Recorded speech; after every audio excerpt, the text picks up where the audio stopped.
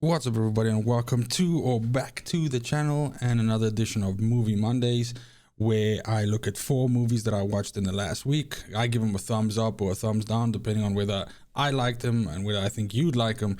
And we also look at one classic where, a movie that I've just either watched a lot or that I highly regard as a classic, and give you some reasons about that and some recommendations if for some reason you haven't seen it yet. But let's go right ahead and jump right into the first movie that we have today, and that is Chaos Walking, which is the Doug Liman directed young adult fiction sci-fi adventure movie that came out in March of 2021. It stars Daisy Ridley, Tom Holland, Mads Mikkelsen plays the villain, and me being a huge Tom Holland fan, I really did want to like this movie a lot, but unfortunately, it just didn't stick for me. So, I mean, the premise here is firstly that it is, of course, as I mentioned, a young adult fiction script that was written based on a trilogy series of books. And the gimmick here, if I can call it that, because all these young adult fiction things usually have some kind of a gimmick, whether it's fucking vampires or a weird alien prison planet that you're stuck on, or something like that. So the gimmick here being that Tom Holland's character and a bunch of other human beings are on an alien planet, and it's kind of like an old age kind of civilization thing. So they're like settlers coming there from somewhere else, and due to some reason that's not really explained in the movie, all males, their thoughts are shown. Basically, your thoughts are shown above your head like a fucking speech bubble, basically anything that you think. And so I know that sounds really weird, the explanation that I gave it, but that's because it is really weird. I feel that this gimmick or this thing that makes this movie unique, or this trilogy unique, or this story unique, somehow probably works a lot better when it's written, and so when it's part of like written fiction, and I think you can play a lot more with the idea of it, and it just didn't translate so well to the big screen, to cinema. And right as I'm sitting here right now, I can't really say how I would have thought it should be done differently, anything like that. So unfortunately, I can't make a suggestion of how it could be better. I just feel like what ended up happening is, and when you watch this movie, you'll find that it's extremely jarring having to listen to the dialogue of the characters, and then you have this like speech bubble firing off at the top. And I guess maybe that's the point that they try to convey, is that it's so incredibly difficult to communicate, because one character can be saying something, but at the same time his head, his speech bubble, his noise is saying, don't say this, remember this. And sometimes this is happening with multiple characters at once on the screen, so like I said, it gets very confusing. It's definitely not a movie that I think you can watch kind of like while doing something else, while it's playing in the background, because it's just gonna sound really confusing to your ears if you're not also just taking in the visual aspect of it as well. It has unfortunately been not a great success in the box office. In fact, I guess you could call it a flop, and therefore the sequel or the sequels that it sets up at the end of this movie, because this is also the standard thing of a young adult fiction adapted movie, right, is that they always set up like a sequel, and they don't really ever explain by the resolution of the movie exactly, there's always a couple of threads hanging up in the air. So that's of course the case here as well, but due to the relative non-success that this movie reached, I don't think that there's going to be any sequels. I don't know, at least at the time of me reading Wikipedia, it wasn't indicated that there would be more movies on this. It would be strange if they did make more, because it's just not good. So like I said, even though you have the likes of Tom Holland and Mads Mikkelsen at least doing his best to play the role that he's been given, in a great way. And of course, Tom Holland is charming and everything like that, and very capable of carrying something like this. But yeah, just unfortunately, I think that the script is a bit of a mess, and yeah, so just not really any good. So as you can imagine from everything that I've been saying so far, and I'm, being quite mean to the movie, is that unfortunately Chaos Walking gets a thumbs down from me. The second movie we have is Come True, which is a science fiction horror film. It's kind of like an indie film. It's from Canada, And still, there's some unknowns. The Anthony Scott Burns is the director. It came out in March of 2021. I believe it was shown at some festivals in 2020 as well. But it stars some relative unknowns, at least to me. I believe that they are known-er, I don't know if that's a word, actors in Canada. But you've got Julia Sarah Stone basically being the main character of the movie, and then Landon LeBaron, and I think I butchered that surname, but also playing in there with a bunch of other actors. And essentially what it is, as I've mentioned, it's this indie film of this runaway character played by Julia Sarah Stone that has problems sleeping and kind of deals with insomnia and that sort of thing. And when the movie opens up, you're not really sure what's causing that and what that is. And she joins this sleep study that's supposed to help her just sleep better. And consequently then kind of goes down this rabbit hole when she realizes, what her dreams actually mean and the interpretation they are. And that's where the horror aspect of this comes in, is that it's this like slow creeping, dreading feeling, like you're kind of like, you're not sure what's really going on, and, what is she dreaming about and what's really going on there. And she, because she's kind of like an insomniac, there's a lot of it that you're experiencing with her, like, is this a dream? Is this like a half awake state, or something like that? So as a slow burn horror movie, I think it does very well. I don't know if I would consider the payoff in the end really good, but it's very capably acted by everybody in it, and that definitely does sell the movie. And I recommend it just on the basis of that. These kind of slow burn gems that are indie films that obviously don't have these massive budgets, everything like that, and it's really more about the impending dread that the story has, and this kind of uneasy feeling in the back of your neck as you're watching it. And this movie definitely has lots of that. So come true, I will definitely give it a thumbs up for that, with the caveat, the additional point they're saying that if you don't really like this slow drip, slow burn kind of setup, then this movie is going to probably feel too slow for you, or like that there's not really a lot happening, and so then you might not like it. But if you are willing to give it a chance and look past that and enjoy it for what it is, I think you might have a gem here. So that's come true. Sorry, I'm just paging through my notes here. The third movie we have is Thunder Force, which is a new Netflix film by Ben Falcone. And that's actually from April 2021. And it's Melissa McCarthy, Octavia Spencer, it's got Jason Bateman in it. It's got Bobby Cannavale in it. And I can't say that I really wanted to like this movie, but I will say that I definitely didn't expect it to turn out the way that it did. And in this case, is not good. Let me explain. So if you watch the trailer of the movie, the premise is essentially that these two childhood friends, the world that they live in, villains with powers are quite common, and because something happened that essentially gave people who have borderline sociopathy or tendencies of a sociopath superpowers, some of them. And so, of course, these people are essentially supervillains. And one of the characters, Octavia Spencer, essentially as a child vows that, she'll one day figure out some way to, give normal people superpowers, and so that they could essentially be like the foils to these villains. And then, obviously, as you can imagine from the premise of this, and if you've watched the trailer, or at least just the way that I'm explaining it, she manages to get that right. And in this particular case, she gets herself and her best friend from childhood, Melissa McCarthy, powers. Now, that premise alone, I think you can do a lot with, even if it's coming from a comedy perspective predominantly, and it's not a serious action movie that, takes itself that. And this is definitely not that. What I think I wasn't ready for was just how silly this movie was going to be, where it's really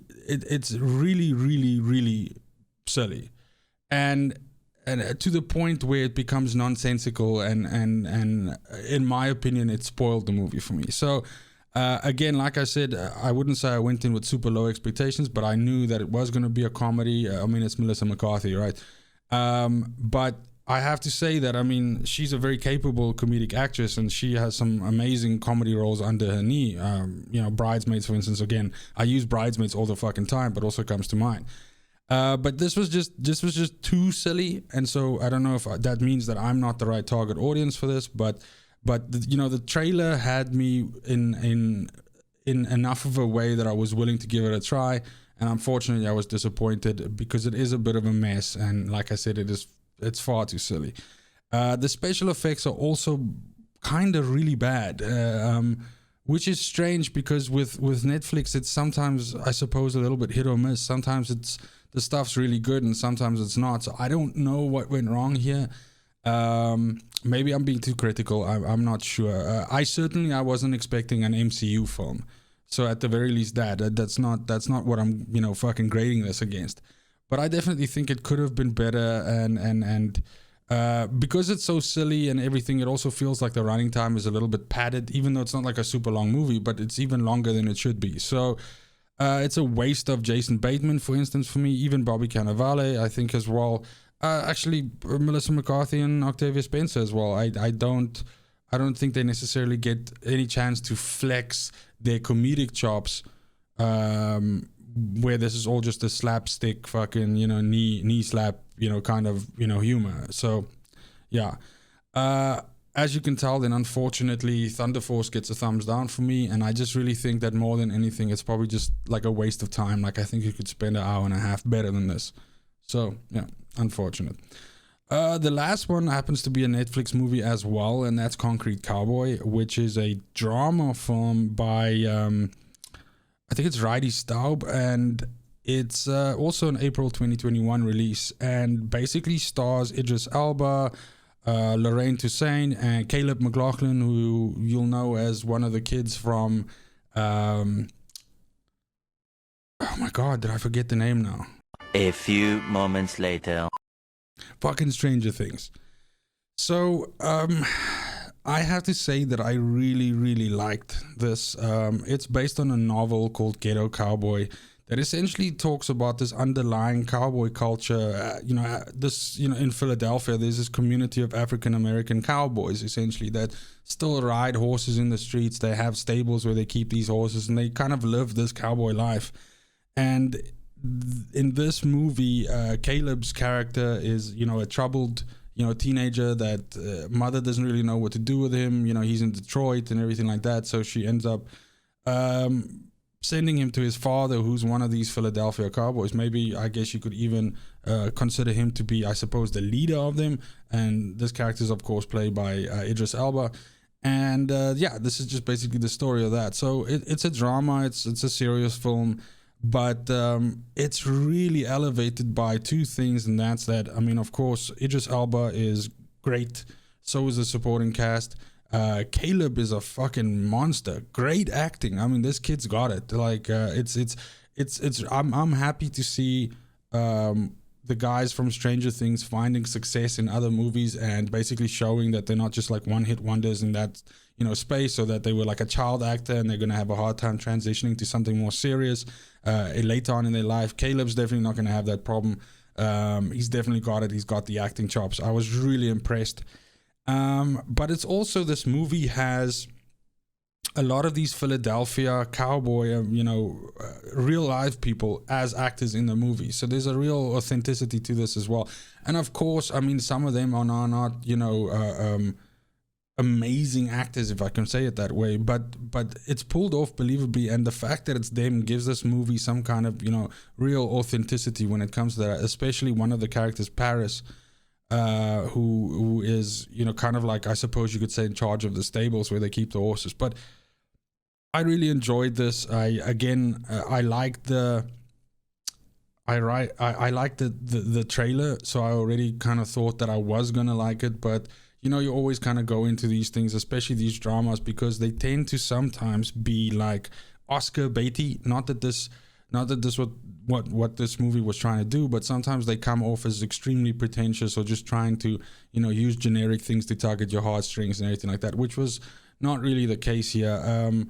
It's a good movie. I think the running time is good. The music in it is really good as well. And I really enjoyed it. So definitely Concrete Cowboy gets a thumbs up from me, and it's on Netflix. So if you have a Netflix subscription, it's a no-brainer. Definitely check it out. I believe Idris Elba was also an executive producer and helped with the writing of this and everything like that. So kudos to him. I think they pulled this off. It's a really good movie. It's a fun one to watch. That's it for the 4 new movies for this week. But then also we need to talk about the classic. And again, as I've explained at the beginning, but just to recap, generally what I consider a classic is either something that's highly rewatchable, something that I've watched a lot in my life, or just basically a movie that I compare a lot to other movies, in terms of like just the quality that I see coming from it. So generally speaking, in conversations, I tend to suggest these movies to people to watch if they haven't watched them, or I tend to discuss them and how much I love them. So the movie today is the Christopher Nolan directed movie from October 2006 called The Prestige.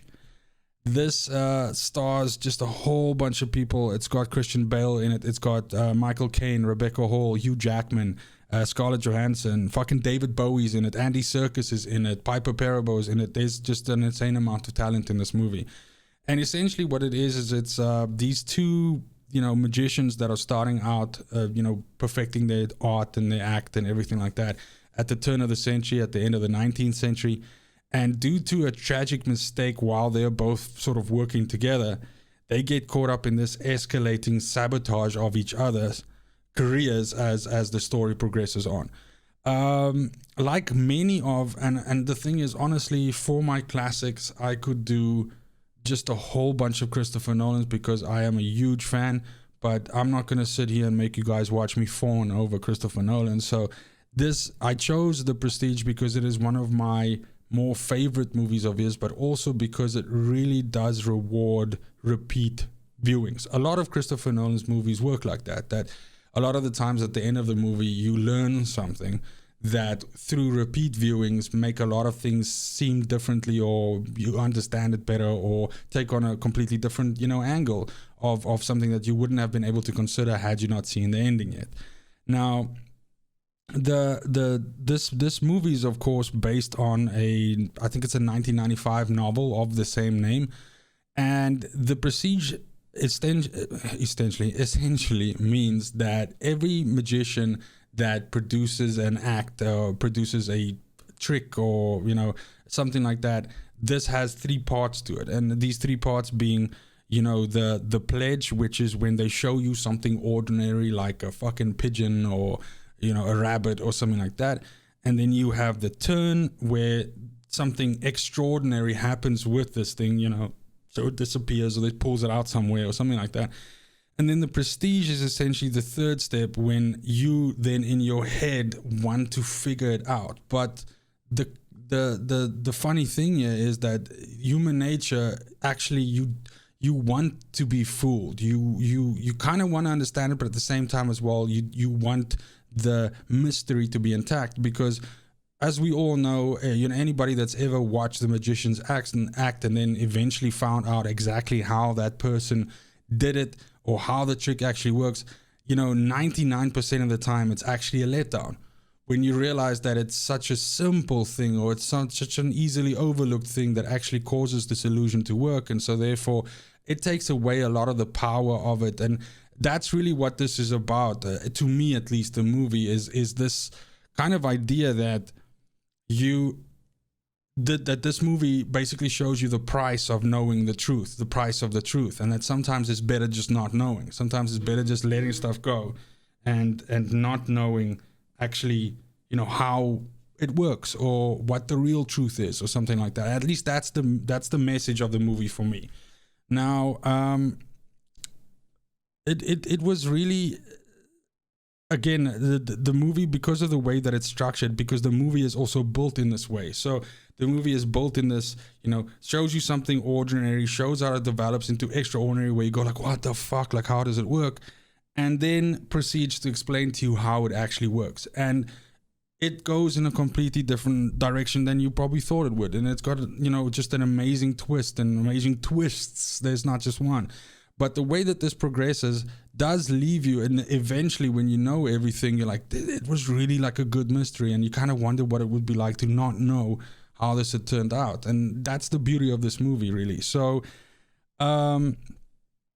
the Christopher Priest, the author of the novel, actually only had one condition at the time when this movie was optioned, and when they started creating the script for this and everything, was that he wanted Christopher Nolan to be the director. So whether that's an indication that he had already known that Christopher Nolan would give it that fucking zing that is needed for a movie of this kind, I don't know. We don't know, but there was a serious investment from the actors and everybody like that to make this as authentic as possible.